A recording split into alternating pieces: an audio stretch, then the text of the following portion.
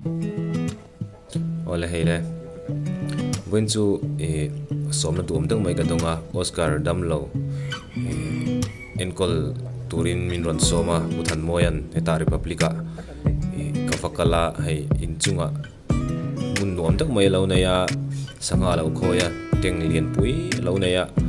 tin ar lampang te po alo tui em moya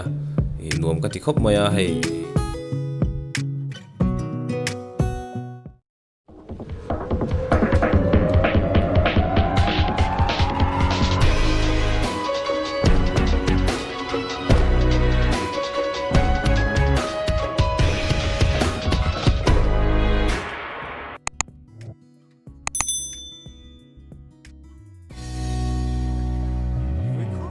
helai muna hianin hei cement le glass mga siam aquarium kan ti don nge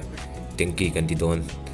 water storage thatak mai a oma ta hianin tui khuwa ani berang chu mi zo tong chuan a oma hei hi republic mi ania alian khop maya alen zong hi kalau zia kanga in lo enanga tain zia kang hianin na chunga hian makur anti chi catfish angkha khoi boka alien khop moya engza chinge anei ka hrelawa tuna mei chuan heng aquarium ate po a khoi ve thei turanga ila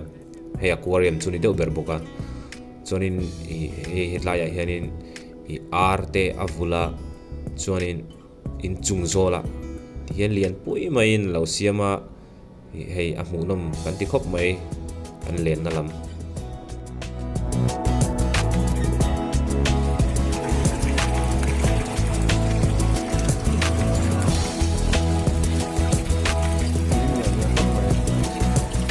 kahian sanga itura khoya makur kan ti catfish kan ti hang chi kha khoya ti hian sabun thei sabun tirsela punga tin karinga enge idea ka khalawa wi hem khom mai chung zola siama tama ar wi ta kan selai ko sa teng sarania anu am don khom mai republika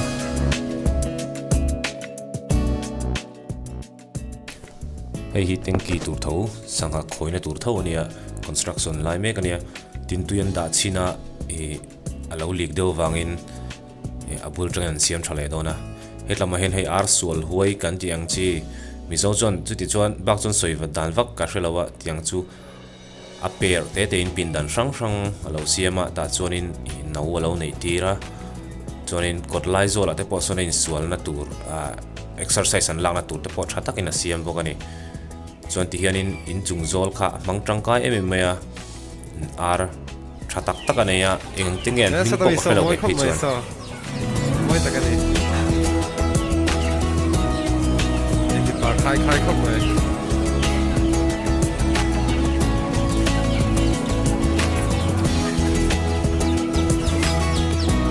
ni arte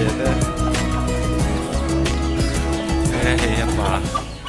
heti hian angai nat zong le atui zong kha nadang thok pa in le vela thiang hlim si mi te ti boi si loina ti theini anuama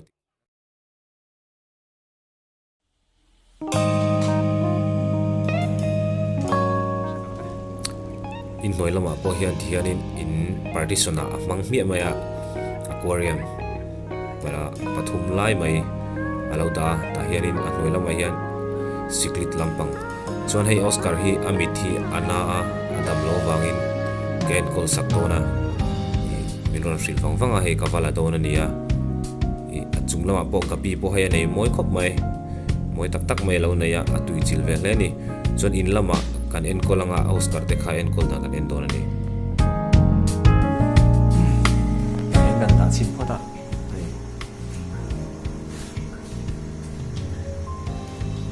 hianin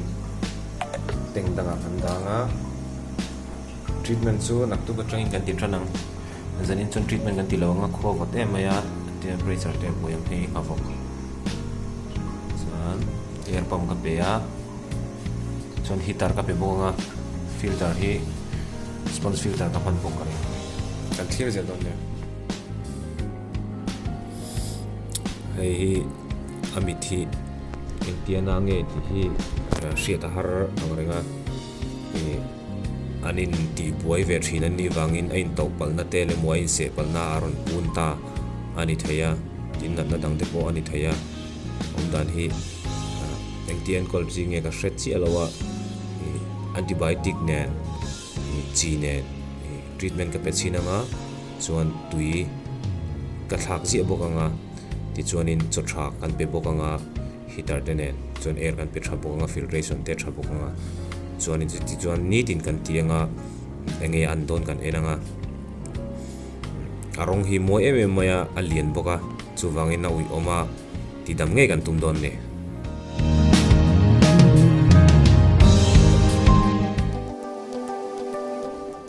hei hi ruma ka gapi breed ve na kha ania planted lawin tian moste plante alo puna hral ve theinan ka tia light po ka petra dewa chon gapi po ka breed a ti hianin tuna chonin an thanem ve towa chon update kan endon ni hei hi kumtir lampang kha ni